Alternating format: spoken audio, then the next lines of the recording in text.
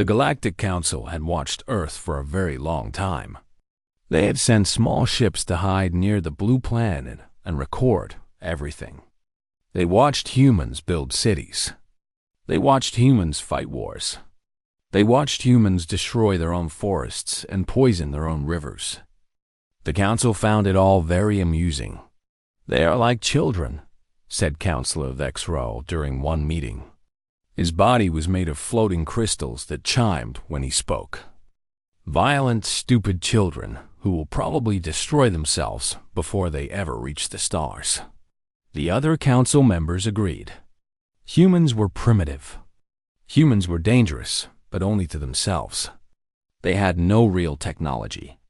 They had no understanding of the universe. They were nothing. So when the Valorian hegemony asked permission to take over the Sol system, the council said yes without much thought. The Valorians wanted the minerals in the asteroid belt. They wanted the gas from Jupiter and Saturn. Earth itself was useless, but the Valorians would take it anyway. Perhaps they would keep some humans as workers. Perhaps they would simply remove them. Either way, it did not matter to the council. The invasion fleet left Valorian space on what they called a routine acquisition mission. 12 dreadnoughts led the way. These were massive ships, each one 5 kilometers long, covered in weapons that could crack a planet open like an egg. Behind them came 200 support vessels carrying troops, supplies, and the machines needed to strip a solar system bare. 40,000 Valorian soldiers waited in their pods, ready to land on Earth and crush any resistance. Fleet Commander Varx stood on the bridge of his flagship, the Eternal Dominance, and felt bored. He had done this many times before. Primitive species always reacted the same way. First came fear. Then came desperate attempts to fight. Then came surrender. Then came death or slavery. It was simple. It was efficient. It was the way of the galaxy. The fleet dropped out of faster than light, traveled just beyond the orbit of Mars. Earth floated in the distance, blue and green and completely helpless. Voryx ordered his communications officer to send the standard message. The message went out in every human language. It was direct and clear. People of Earth, you are now subjects of Valorian hegemony. Your planet, your resources, and your lives belong to us. You will surrender immediately. You will not resist. Any attempt to fight will result in the complete destruction of your species. You have 1 of your hours to respond. Voryx leaned back in his command chair and waited. He expected panic. He expected begging. He expected the humans to fall over themselves, trying to surrender. What he got was silence. 1 hour passed. Then 2. The humans sent no response at all. Voryx felt a small twist of annoyance in his stomach. Were they so primitive that they could not even understand the message? He ordered his fleet to move closer. They had just passed the orbit of Earth's moon when 3 of his dreadnoughts went dark. It happened so fast that Voryx did not understand at first. One moment, the ships were there, their lights blazing, their weapons humming with power. The next moment, they were dead. All power gone. All systems failed. The ships drifted like corpses in the black void of space. What happened? Voryx demanded. Report. His officers scrambled to find answers. Communications with the 3 ships were completely cut. Sensors showed no weapons fire, no missiles, no energy beams. The ships had simply stopped working. Then the distress signals began. The crews of those 3 dreadnoughts were dying. Without power, they had no heat, no air recycling, no life support. 12,000 Valorians were suffocating in the dark, and Voryx could do nothing to save them. This is impossible, whispered his second-in-command. The humans have no technology that could do this. But the humans did have such technology. They had been preparing for this moment for 30 years. It had started when a young scientist named Dr. Sarah Chun detected strange signals coming from deep space. She had spent her entire career studying those signals, decoding them, learning their secrets. She discovered that Earth was being watched. She discovered that aliens existed. And she discovered that those aliens considered humanity to be nothing more than animals waiting to be harvested. Dr. Chun had told the world's governments. At first, they did not believe her. Then she showed them proof. After that, everything changed. In secret, the nations of Earth began to work together. They built hidden bases on the dark side of the moon. They developed new weapons based on stolen alien technology. They prepared for the day when the Watchers would come to take what they wanted. Now that day had arrived, and humanity was ready. Admiral Chan Wei-Lin, daughter of Dr. Sarah Chun, stood in the command center of Lunar Base Armstrong. She was a small woman with gray streaks in her black hair and eyes that had seen too much. Around her, hundreds of officers monitored screens and operated equipment that the aliens did not know existed. "First strike successful," reported her tactical officer. 3 enemy dreadnoughts disabled using electromagnetic pulse weapons. Enemy fleet is in disarray. Admiral Chun nodded slowly. The EMP weapons had worked exactly as designed. They had fired focused electromagnetic pulses that passed right through the Valorian shields and fried every electronic system on those ships. The aliens had never seen anything like it, because no species in the galaxy used such primitive technology anymore. They had forgotten that simple could be deadly. "The enemy commander will reorganize soon," Admiral Chun said. "He will try to understand what happened. He will fail. Then he will attack with everything he has." She looked at the main screen, which showed the Valorian fleet as a cluster of red dots against the black of space. "Show me our assets." The screen changed. Green dots appeared everywhere. Weapons platforms hidden in asteroid fields. Missile silos buried deep beneath the lunar surface. Satellite networks that the aliens had dismissed as primitive communications technology. Thousands of drones waiting in the darkness between planets. Admiral Chun allowed herself a small smile. The Valorians had brought 40,000 soldiers to conquer 8 billion humans. They had brought 12 dreadnoughts to face a species that had spent its entire history learning how to kill. "They wanted our surrender," she said quietly. Her voice was calm, but something cold and hard moved behind her eyes. "Send them our answer." The first wave of missiles launched from the moon. They moved faster than anything the Valorians had ever seen, accelerating at rates that would have crushed any living crew. But these missiles carried no crew. They carried only death. Commander Vorax watched his sensors light up with thousands of incoming projectiles. In that moment, he finally understood the truth.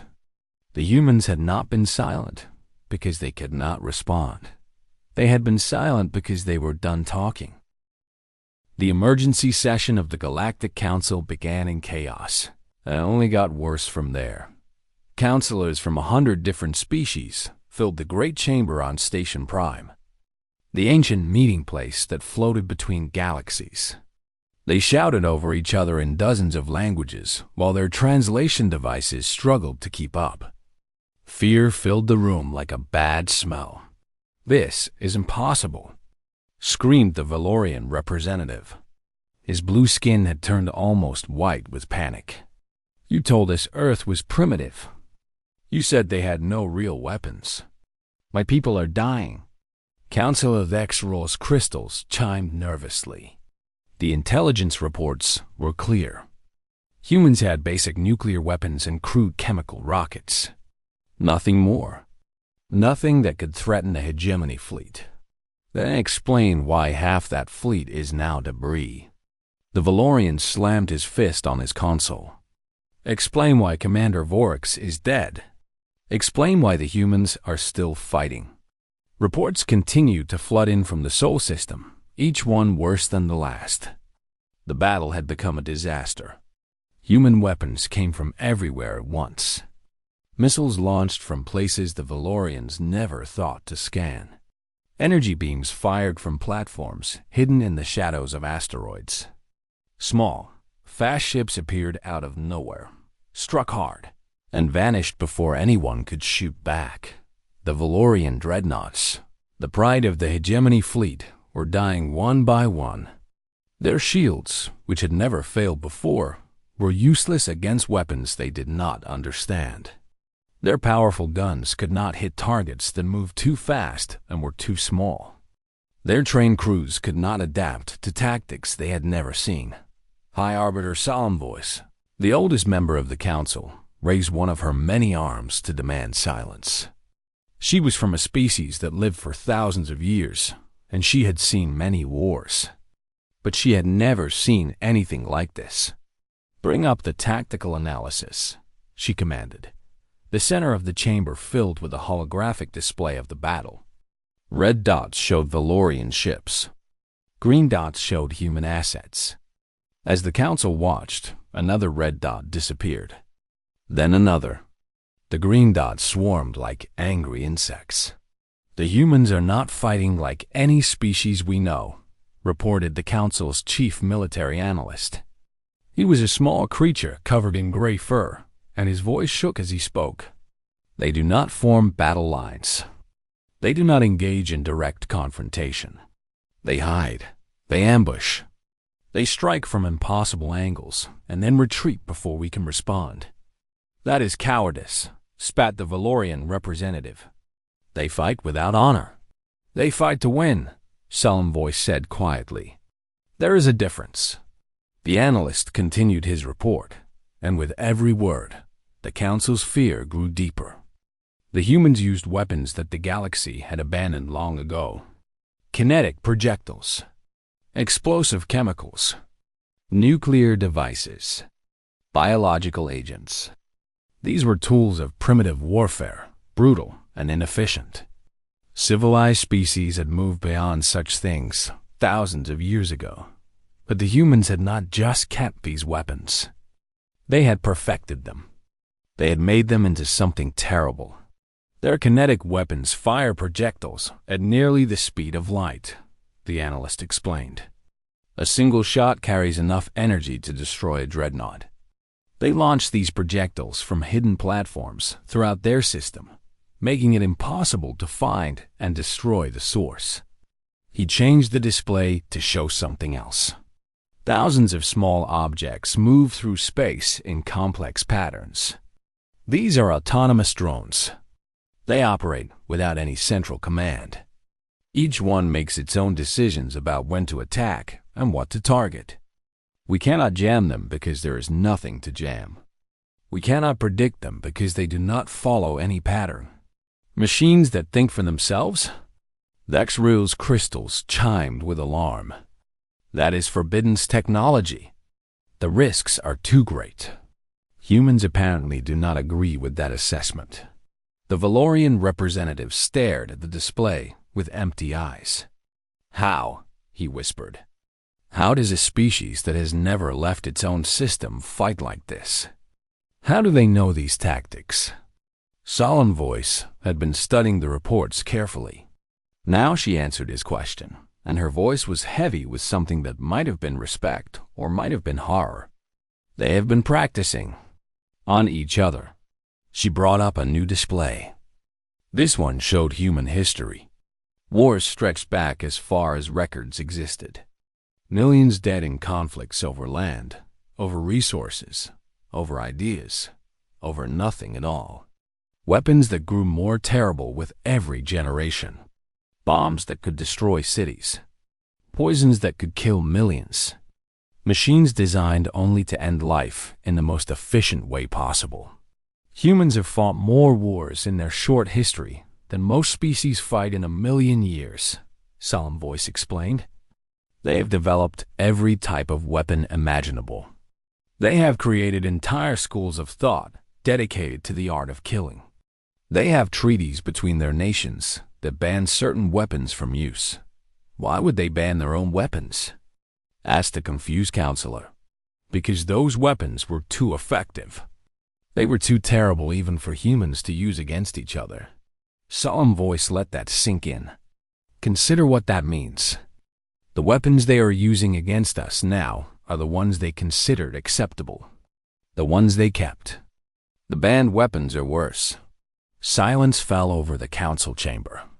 On the display, another Valorian dreadnought broke apart under missile fire. The final transmission from the battle arrived 3 hours later. It came from the last Valorian ship still functioning, a damaged cruiser trying to limp out of the system. The captain's voice was barely audible through the static. They do not stop.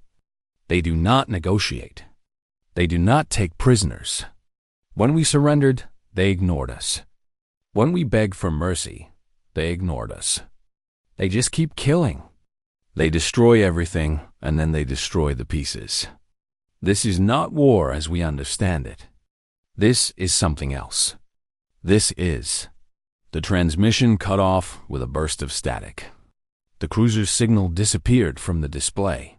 The Valorian representative stood frozen, staring at the empty space where his fleet had been. 200 ships. 40,000 soldiers. Gone. All of them gone. Councilor Dexroll broke the silence. What do we do now? Solemn voice had no answer. For the first time in her 3,000 years of life, she had encountered a species that fought without limits, without rules, without mercy. The humans had a word for this approach to warfare. She had found it in their historical records. They called it total war, and the galaxy had just learned what happened when total war came knocking at its door. The galaxy expected humanity to celebrate its victory and return to its quiet little planet. The galaxy expected humans to be grateful that they had survived. The galaxy expected everything to go back to normal. The galaxy was wrong. 6 months after the Valorian invasion fleet was destroyed, the first human warship crossed out of the Sol system. Then another. Then 100 more. The humans had captured Valorian technology from the wrecked ships. They had studied it, understood it, and improved it. Their new faster-than-light drives were actually faster than the Valorian originals. Admiral Chen Weilin stood on the bridge of the UNS Retribution, humanity's first true interstellar warship. Behind her stretched a fleet of 200 vessels, each one bristling with weapons that mixed human brutality with alien technology. They called the mission Operation Borrowed Time. Admiral, her navigation officer reported, "We have crossed into Valorian space. Enemy detection stations are tracking us." Chen nodded calmly. "Good. Let them watch. Let them tell everyone we are coming." The Valorian hegemony had ruled 12 star systems for 8,000 years. They had conquered dozens of species. They had grown soft and confident, believing that no one could challenge their power. Now, death was coming to their door, and they did not know how to stop it. The first Valorian system to fall was called Valex Prime. It was a military outpost, home to shipyards and weapons factories. The defenders assembled a fleet of 40 warships to protect it. They thought this would be enough, that the human fleet arrived and did not slow down. They did not try to negotiate. They did not offer terms of surrender. They simply attacked with everything they had. Human tactics were brutal and direct. Small drone ships swarmed the Valorian fleet, overwhelming their targeting systems with thousands of targets. While the defenders tried to shoot down the drones, heavier human ships moved into position and opened fire with weapons that should not have existed. The humans had developed something they called the hammer round. It was a simple metal rod, about 2 meters long, accelerated to nearly the speed of light by electromagnetic launchers. At that speed, the rod carried more energy than a nuclear bomb. It did not explode. It did not need to. It simply punched through shields, through armor, through anything in its path. One hammer round could kill a dreadnought. The humans fired hundreds of them. The battle lasted 4 hours. Every Valorian ship was destroyed. The human fleet did not lose a single vessel. Then came the ground invasion. Human soldiers landed on the military bases below. They moved through the facilities like ghosts, killing quickly and efficiently. They destroyed weapons. They destroyed factories. They destroyed everything that could be used to make war, but they did not touch the civilians. Human soldiers walked past Valorian families without harming them. They protected children who were crying in fear. They provided medical care to wounded non-combatants. One Valorian civilian asked a human soldier why they showed such mercy. The soldier, a young woman from a country called Brazil, looked at him with tired eyes. "We are not monsters," she said. "We are not here to kill your people. We are here to end your ability to threaten ours." There's a difference. The human fleet moved on to the next system. And the next. And the next. The Galactic Council watched in growing horror as the hegemony crumbled. Human forces cut through Valorian territory like a hot knife through butter. They did not occupy worlds. They did not establish bases. They simply destroyed military targets and moved on, leaving broken fleets and shattered defenses behind them. "They cannot be stopped," reported Dexrola's military advisor. "We have never seen adaptation like this. When the Valorians develop a new shield, the humans counter it within days. When the Valorians change tactics, the humans adjust faster. It is as if they have been fighting advanced wars their entire lives." "They have," solemn voice said quietly. "Just not against us." The most frightening moment came when the Valorians tried biological warfare. They released a virus designed to kill humans quickly and painfully. It worked at first. Thousands of human soldiers died on a world called New Cyprus. The human response was terrible. Within 2 weeks, human scientists had developed a cure for the virus. Within 3 weeks, they had developed their own biological weapon. They did not use it on Valorian soldiers. They used it on Valorian crops. The weapon was called Grey Death. It killed every food plant in a Valorian system within months. It spread through soil, through water, through air. Nothing could stop it. 3 Valorian agricultural worlds faced total crop failure. Billions faced starvation. Then the humans broadcast a message. "We have the cure. Surrender all military forces in this sector, and we will provide it. Refuse, and your people starve."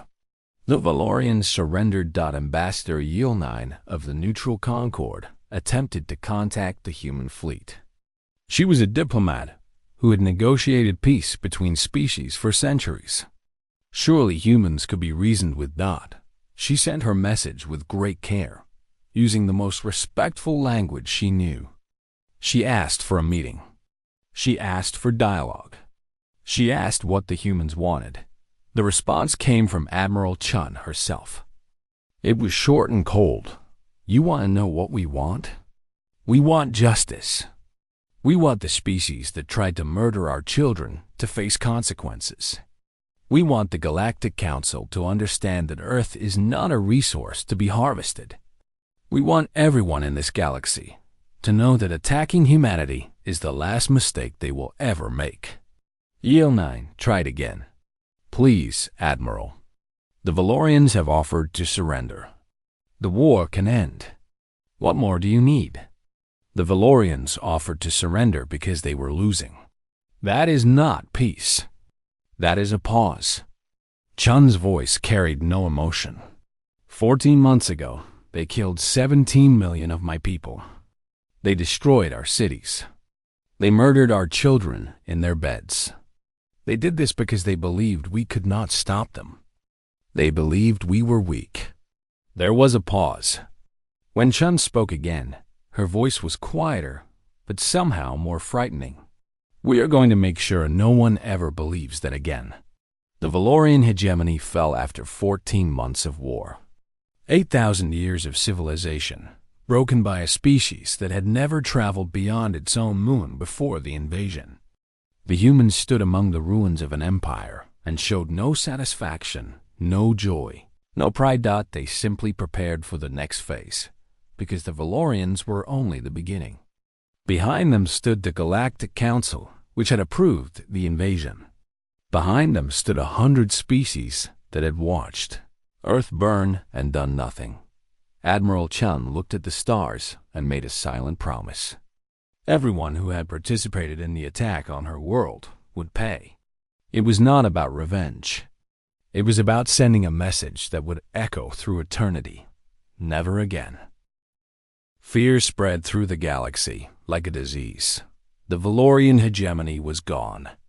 Not defeated. Not conquered. Gone.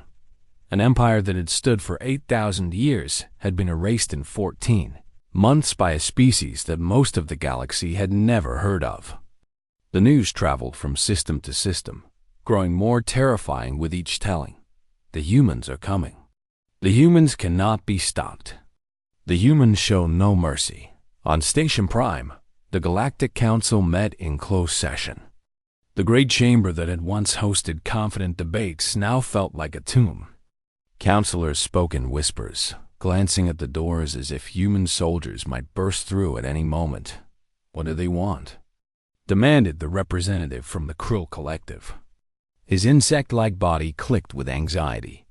They have not made any demands. They have not claimed any territory. They have not asked for anything. They simply destroy and move on. Perhaps they want to destroy everything, suggested another counselor. No.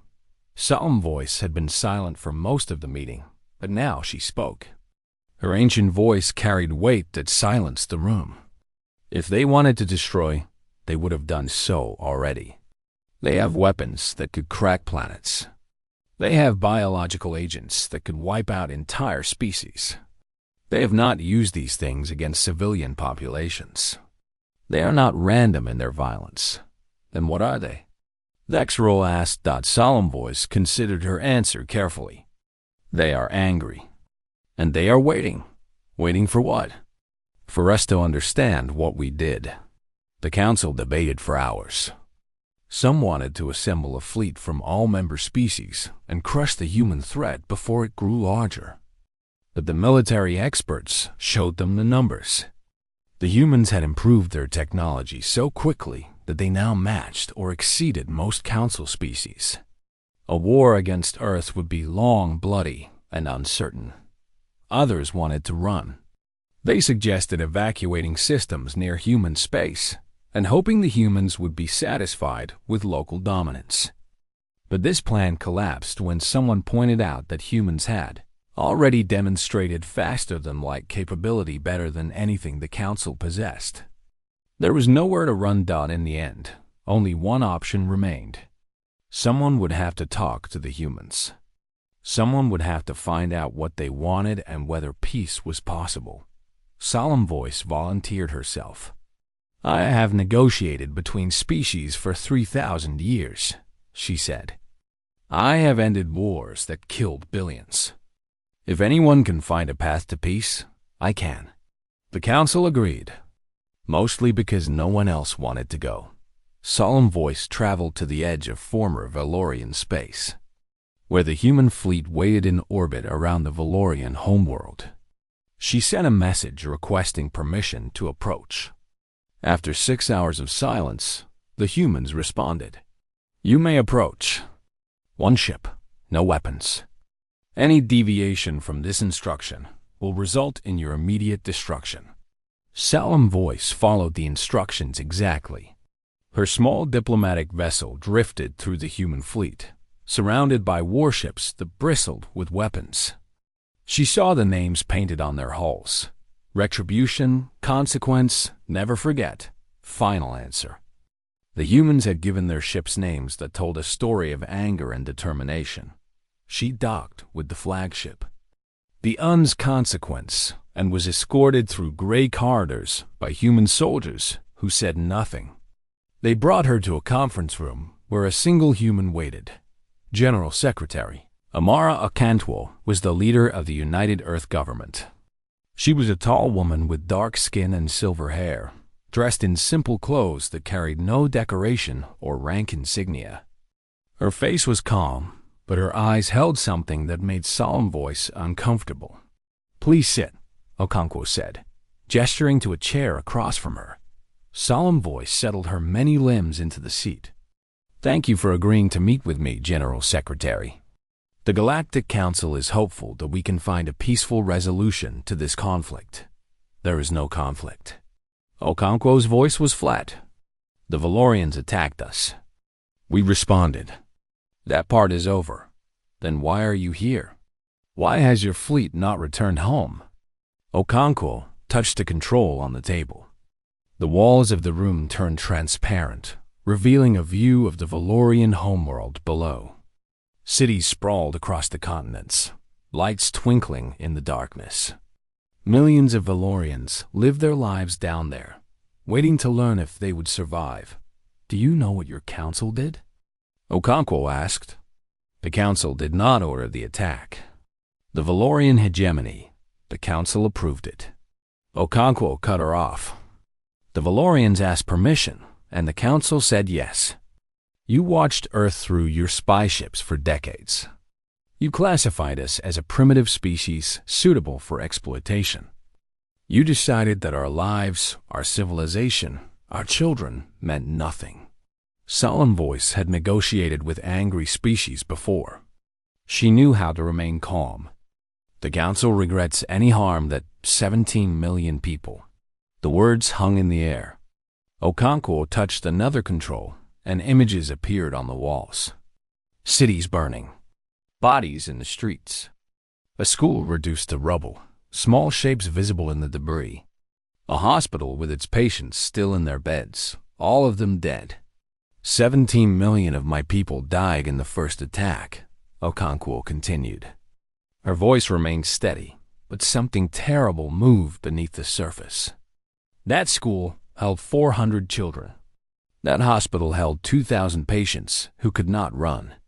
The Valorians killed them all in the fall in the first hour because they wanted to show us how powerless we were. Solemn Voice looked at the images and felt something she had not felt in centuries. Shame. "And your council," Okonkwo said, "watched it happen. You had observers in our system. You saw our cities burn. You saw our people die. And you did nothing. Because we were primitive. Because we were not worth saving. The council has rules about interference. The council has rules about whatever is convenient." Okonkwo stood and walked to the window. Below, the Valorian homeworld turned slowly. "I could glass that planet. I have the weapons. I have the authority. Every officer in my fleet would follow that order without hesitation. Do you know why I have not done it?" Solemn Voice did not answer. "Because we are better than that. Because killing millions of civilians would make us the monsters you already think we are." Okonkwo turned back to face her. "But do not mistake mercy for weakness. We spared the Valorian people because they were not responsible for what their leaders did. Their leaders are dead. Their military is gone. The ones who gave the orders have paid the price. Then what do you want from the council?" Okonkwo smiled, but there was no warmth in it. "I want you to understand something. Humanity did not come here for revenge. Revenge is emotional. Revenge is temporary. We came here to deliver a message." She walked closer to Solemn Voice, close enough that the old diplomat could see the lines of exhaustion on her face. "Go back to your council. Tell them what you have seen. Tell them that humanity will not be conquered. Tell them that humanity will not be enslaved. Tell them that the next species that threatens our world will not receive the mercy we have shown the Valorians." Okonkwo leaned in, and her voice dropped to a whisper. "Tell them to be very, very careful." Solemn Voice returned to Station Prime with the message. She delivered it to the council in full, hiding nothing. When she finished, the chamber was silent for a long time. Finally, Dexroll spoke. "What do we do?" Solemn Voice had no answer. For the first time in 3,000 years, she had met a species that could not be reasoned with, could not be threatened, and could not be ignored. The humans had come to the stars not as explorers or traders or conquerors. They had come as a warning, and the galaxy would either listen or burn. The human fleet left Valorian space 1 week after Solemn Voice returned to the Council. They did not destroy the homeworld. They did not leave occupying forces. They did not demand tribute or slaves or territory. They simply turned their ships around and went home. The galaxy did not know what to make of this. For 3 years, humanity said nothing. Their ships patrolled the borders of the Sol system but never crossed them. Their communications channels stayed silent. They built and prepared and watched, but they made no moves against anyone. Some species thought the danger had passed. The humans had made their point. They had proven they could fight. Now they would settle back into their corner of the galaxy and leave everyone else alone. Others were not so sure. They watched the Sol system with growing anxiety, wondering what the humans were planning, wondering when the other shoe would drop. The Council tried several times to establish diplomatic contact. They sent messages of friendship. They offered trade agreements. They proposed cultural exchanges. The humans responded to none of it. Then, exactly 3 years after the end of the Valorian War, humanity finally spoke. The transmission went out to every species, every world, every station in the galaxy. It came from Earth itself, broadcast on every frequency in every known language. Billions of beings stopped what they were doing to listen. General Secretary Amara Okonkwo appeared on screens across the galaxy. She sat behind a simple desk in a simple room. Behind her, a window showed the blue skies and green fields of Earth, recovered from the scars of invasion. She looked older than she had 3 years ago, tired but unbowed. "People of the galaxy," she began. 3 years ago, the Valorian hegemony, with the approval of the Galactic Council, attempted to exterminate the human species. They killed 17 million of our people. They destroyed our cities. They believed they could take everything we had because we were primitive and weak and alone. She paused, letting her words sink in. They were wrong. Images flashed on screens across the galaxy. The human fleet in action. Valorian dreadnoughts breaking apart. The final surrender of the hegemony leadership. The parade of human soldiers through the ruins of Valorian military bases. We have demonstrated our capability. We have shown what happens to those who threaten our existence. Now we will tell you our intentions, so there can be no misunderstanding. Okonkwo looked directly into the camera.